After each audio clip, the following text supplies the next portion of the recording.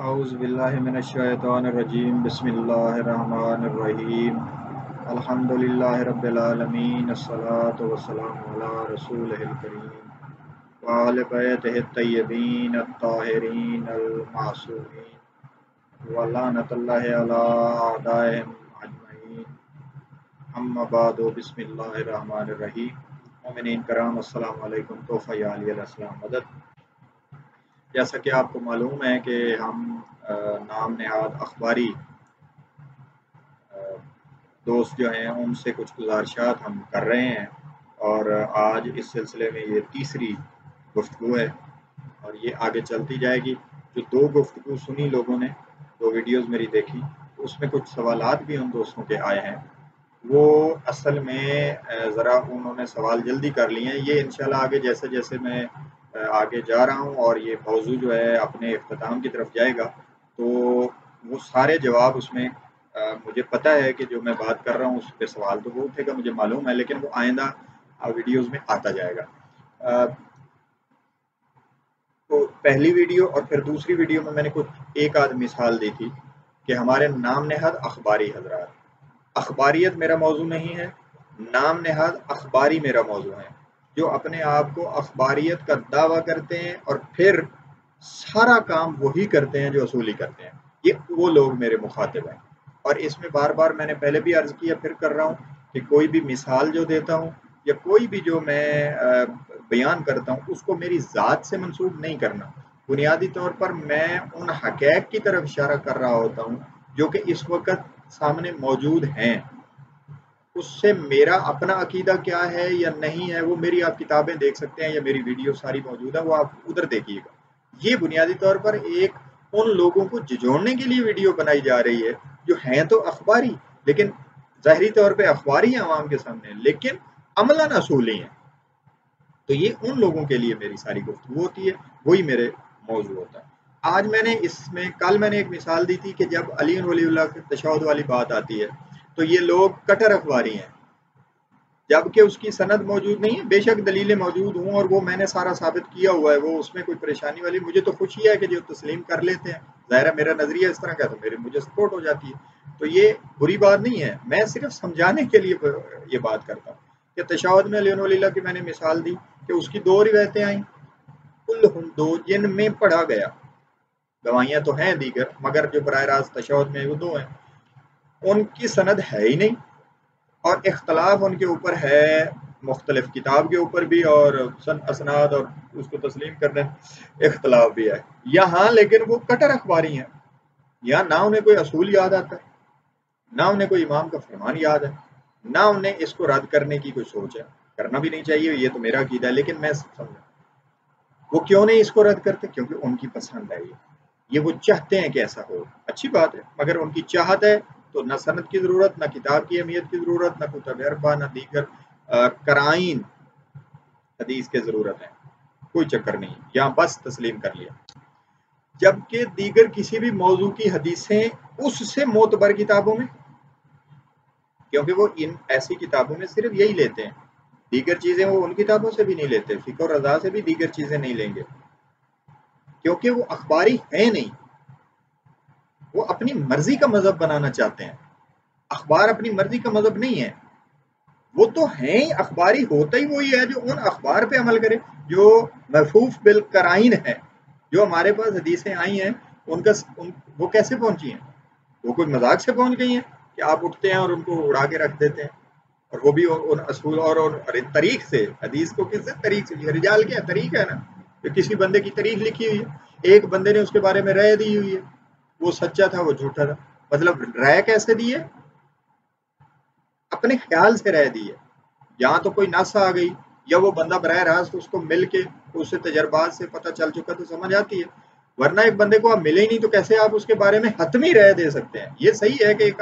آپ اس کے بارے میں کوئی ٹھیک ہے رائے آپ نے قائم کر لی، لیکن حتمی تھوڑی، ایک بندہ پکا جھوٹا ہے آپ اسے لکھتے ہیں جھوٹا، کیا پتا وہ ہر بات پہ جھوٹ بولتا ہو، عام روٹین میں امام کے نام پہ جھوٹ نہ بولتے، جبکہ ایک بندہ بہت سچا ہو لیکن وہ امام کے نام کے ساتھ جھوٹ بولتا ہو، یہ تو ممکنات میں سے انسان کی نیچر کو آپ کیسے تاریخ سے اس کو متعین کر رہے ہیں کہ فلاں بالکل ایسے تھا اور فلاں بالکل. یہی تو وجہ ہے کہ یہ ایک سارا جو گورکھ دھندا ہے یہ ہے ہی مشکوک متشابہ، یہ حتمی نہیں ہے.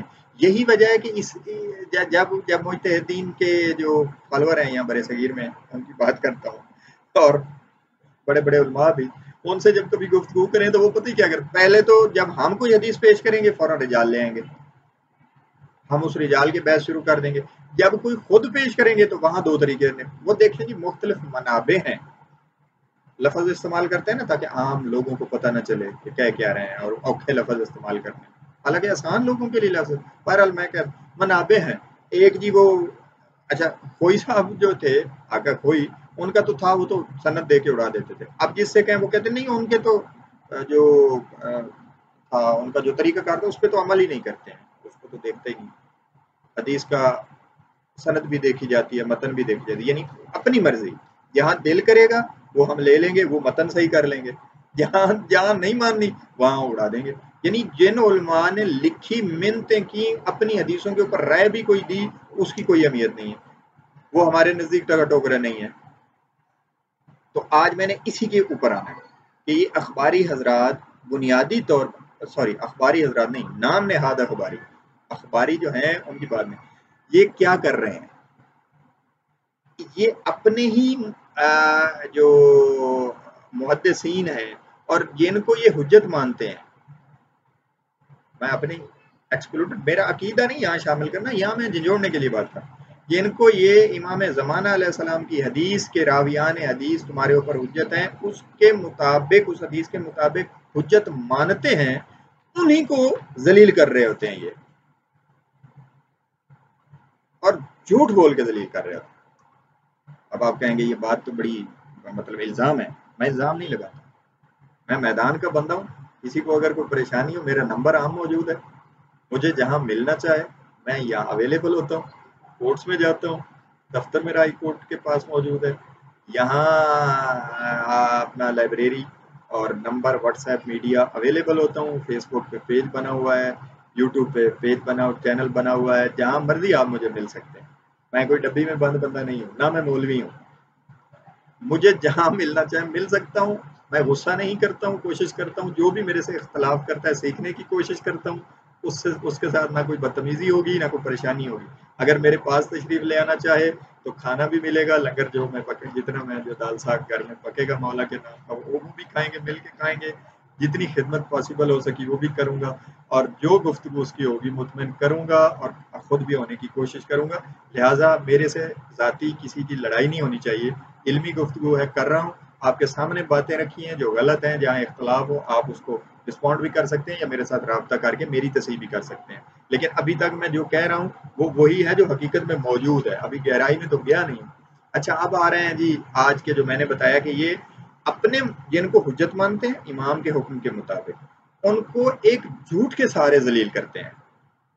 میں جان بوجھ کے لفظ ذلیل کر اصل میں تیز کرنے کے لیے کر رہا ہوں تاکہ یہ بات کسی طرح ذہن میں گھسے اور اس طرف سوچیں، مطلب سوچتے نہیں ہے، سیدھا بات سنیں گے اور کہہ دیں گے یہ وکیل تو بکواس کر رہا ہے، چلو جان چھوٹی، نہ سننا ہے نہ مسئلہ.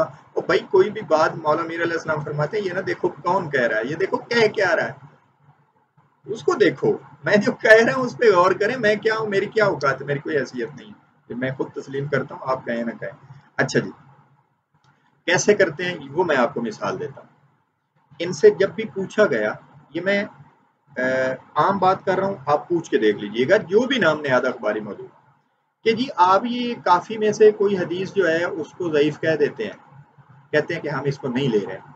یہ کیوں کہتے ہیں، یہ کیا کہیں گے کہ دیکھیے جی وہ کلینی صاحب کا زمانہ بڑا سخت تھا، انہوں نے تو صرف حدیثیں جمع کر دی ہیں، اب یہ ہماری ذمہ داری ہے کہ ہم اس کو اس میں سے صحیح لے لیں اور دوسری چھوڑ دیں. میں ان سے پوچھنا چاہتا ہوں یہ بات خود کلینی نے کی ہے یا آپ نے جھوٹ باندھا ہے ان کے اوپر، یہ آپ نے جھوٹ باندھا ہے. اور یہ جھوٹ کس نے بنایا، یہ اس گورکھ دھندے کی وجہ سے انہوں نے مشہور کیا کیونکہ وہ چل نہیں سکتا تھا رجال، انہوں نے مقدمے میں رجال کی ان کی یہ تقلید وغیرہ یہ جو نظام ہے سسٹم کو، اس کو انہوں نے کافی تنقید کی ہوئی ہے آقا کلینی نے. اس لیے اچھا اگلی مثال بھی دے دوں کہ یہ جو اردو ترجمہ ہوا نا اس کا، کافی کا، اس میں آپ دیکھ لیجئے آقا کلینی کا مقدمہ ترجمہ ہی نہیں کیا اردو. کیوں نہیں کیا؟ کیا تھا، انہوں نے گالیاں دی ہوئی تھی اس میں، یا نہ کرنے کی کیا وجہ تھی؟ کتاب کا مؤلف یا مصنف ہمیشہ مقدمے میں ہی اس کا کرکس لکھتا ہے کہ میں نے یہ کتاب کیوں لکھی اور کس طریقے پہ لکھی، کیسے لکھی، کیا مسائل آئے وغیرہ وغیرہ، وہ اس میں ڈسکس کرتا ہے. وہ ترجمہ ہی نہیں کیا ہوا. یہی حال ملا یاسر الفقیہ کا ہے، وہ بھی اردو میں ترجمہ. کیوں ڈرتے ہیں اس سے؟ آپ اس پہ کبھی آپ نے غور کیا؟ اچھا چلو انہوں نے تو نہ کیے، ترجمے کرنے والے جو وہی تھے. آپ نے کیا کیا؟ ترجمے چونکہ پڑھے نہیں تھے اور انہوں نے اصل تو کبھی دیکھنی نہیں ہوتی، تو وہی بات جو انہوں نے کی کہ جناب وہ تو کرتے ہیں، وہ تو انہوں نے جمع کر دی، لہٰذا اب آپ جو ہے وہ کریں جی، ان کو صحیح دیکھ لیں اور ضعیف چھوڑ دیں اور وغیرہ وغیرہ. وہی میں نے آج بتانا کہ یہ جھوٹ کیا بولتے ہیں. اس حوالے سے پہلے آپ کو دے دوں کہ 2-3 باتیں کر کے پھر میں اس آتا ہوں بات پہ. یہ کہنا ان کا، ایک بات یہ بیچ میں بڑی کرتے ہیں، دیکھیے جی کوئی حدیث آ جائے قرآن کے خلاف، اس کے امام نے فرمایا پرکھ لو اور مطابق ہو تو لے لو، نہیں تو چھوڑ دو. میں آپ سے پوچھتا ہوں یہ حدیث کس نے آپ تک پہنچائی ہے؟ اسی آقا کلینی نے، اور دیگر کتب میں بھی ہے مگر قرآنی تو وہی زیادہ ہمارے پاس موجود ہے نا، یا اگر کسی اور میں بھی قرآنی میں ہے، لیکن آقا کلینی نے یہ حدیث اپنی کافی کے مقدمے میں لکھی. اب آپ ذرا دیکھیے کہ یہ ان کو ذلیل کیسے کرتے ہیں. یعنی آقا کلینی، اس کا مطلب یہ ہوا اس حدیث کو لکھ کے یہ بتا رہے ہیں کہ وہ جانتے ہیں کہ اگر قرآن کی حدیث خلاف ہوگی تو وہ لکھنا جائز نہیں ہے، کیونکہ وہ خود لکھ رہے ہیں نا یہ حدیث. پھر وہ ایسی حدیث کافی میں کیوں لکھیں گے جو قرآن کے خلاف ہوگی؟ کیا آپ ان کو اتنا بے عقل سمجھتے ہیں؟ جس کو امام نے حجت بھی فرمایا اور آپ نے مانا کہ ہاں وہ حجت تو ہے ہمارے اوپر، اور اسی کی طرف رجوع کرتے ہیں، اس کو بے وقوف سمجھتے اور خود آپ سیانے ہو گئے. آپ کو پتہ چل گیا کہ فلاں حدیث قرآن کے خلاف ہے اس لیے ہم نے نہیں مانی، اور آقا کلینی نے خود یہ حدیث لکھی کہ قرآن کے خلاف جو ہوگی وہ حدیث ہماری نہیں ہوگی، اور پھر وہی درج کر دی. واہ واہ واہ، کیسے کمال کر دیا انہوں نے. یہی حال شیخ صدوق کے بارے میں کرتے ہیں. یہ انہیں پتہ نہیں تھا کہ حدیث قرآن کے جو خلاف ہیں وہ نہیں لینی، وہ امام کا قول ہوتا ہی نہیں ہے، وہ انہوں نے درج کر دی. اب دو باتیں ہیں، یا تو ایک تو آپ کا جھوٹ واضح ہوا کہ کیونکہ یہ طے ہے کہ وہ جانتے تھے اور آپ سے بہتر جانتے تھے کہ وہ حدیثیں قرآن کے خلاف نہیں ہیں.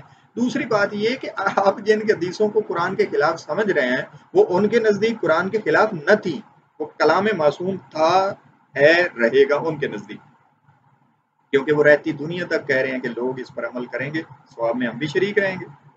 ابھی بتاتا ہوں ان کا وہ کیا کہتے ہیں. تو آپ نے جو کہا وہ جھوٹ ہوا، جھوٹ ثابت ہو گیا، پکا طے ہو گیا جھوٹے. اب جی یہ جب آپ پکڑے گئے نا اس بات پہ کہ وہ جانتے تھے کہ ایسی بات قرآن کے خلاف ہو تو نہیں لکھنی، اور پھر درج کی. تو اب اگر آپ کی بات مانوں تو بھائی آپ کہتے رہیں کہ ان پہ الزام نہیں لگتا، لیکن ان پہ الزام لگتا ہے. اور اگر ان پہ الزام نہیں لگانا کیونکہ وہ ثقۃ الاسلام ہو گئے، وہ صدوق ہو گئے، تو بھائی آپ فارغ ہیں، آپ کا اخباریت سے کوئی تعلق نہیں، آپ اصولی ہو جائیے اور ادھر جائیے. انہوں نے تو ان کو جھٹلانے کی قسم کھائی ہوئی ہے.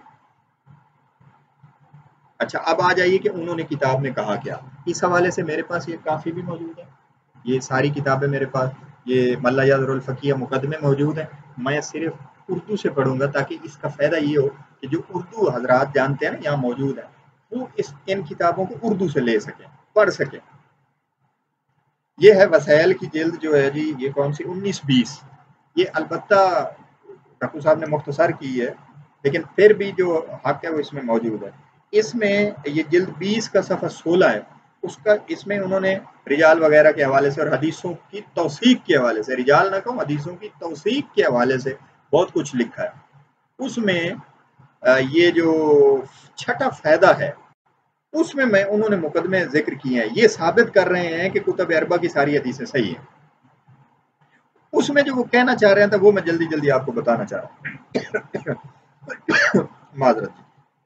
نمبر 1 اس میں لکھتے ہیں، پہلے وہ لکھتے ہیں چھٹے فائدے میں یہاں ہم اپنے بہت سے علماء اعلام کی اس شہادت و گواہی کا تذکرہ کرتے ہیں جنہوں نے ان کتابوں کی صحت کی گواہی دی ہے، اور یہ کہ ان کتابوں کا ان کے مصنفین و مؤلفین کی تصنیف و تالیف ہونا تواتر سے ثابت ہے۔ یہ بات کر رہے ہیں کتب اربع کی، اور دیگر بھی کتابیں بہت ساری ہیں جن کی بات کر رہے ہیں۔ میں صرف آپ کو کتب اربع کے بارے بتاؤں گا۔ چنانچہ رئیس المحدثین حضرت شیخ صدوق علیہ رحمہ اپنی کتاب من لا یذر الفقیہ کی ابتدا میں فرماتے ہیں کہ ابو عبداللہ الشریف نے مجھ سے خواہش کی، یہ مقدمے میں لکھا ہوا ہے، یہ مقدمہ میرے پاس پڑا من لا یذر الفقیہ ساری، یہ ترجمہ نہیں کیا انہوں نے، کافی کا اردو ترجمہ ہم نے مقدمے کا کر دیا ہوا ہے، ایک ہمارے دوست نے، اس کی مہربانی ہے، وہ موجود ہے۔ من لا یذر الفقیہ اور تہذیب کا بھی ہم الگ سے اردو ترجمے کروا کے نا اس کو کرتے ہیں کوشش کہ چاپ کر دیں یا پی ڈی ایف بنا کے آپ تک پہنچا دیں۔ یہ مقدمے میں جو شیخ صدوق لکھ رہے ہیں وہ یہ غور عاملی کی بلا نقل کر رہے ہیں، بتانا چاہ رہے ہیں کہ کیسے حدیث صحیح خواہش کی کہ میں اس کے لیے فقہ اور حلال و حرام کے مسائل پر مشتمل ایک جامع اور مکمل کتاب لکھوں جس کی طرف وہ اور دوسرے لوگ ضرورت وقت رجوع کر سکیں اور اس پر اعتماد کر سکیں۔ چنانچہ میں نے موصوف کو اس کا اہل سمجھتے ہوئے لبیک کہی اور اسانید کو حذف کر کے، جو آپ کہتے ہیں ایک بھائی صاحب تو اکثر اور ایک مجتہد بھی اور مراسیل ہے، اس میں اکثر مجتہدوں کا نظریہ، اصولیوں کا نظریہ یہ کہ مراسیل ہیں اس میں، وہ کہہ رہے ہیں میں نے جان بوجھ کے اس کی اسناد حذف کیا تھا، اسناد تو موجود تھی، مراسیل کیسے ہیں؟ مراسیل تو تب ہوتی جب سند ہوتی نا، وہ تو کہہ رہے ہیں کہ میں نے حذف کی ہیں۔ اچھا آگے وہ گواہی پھر کیا دے رہے ہیں؟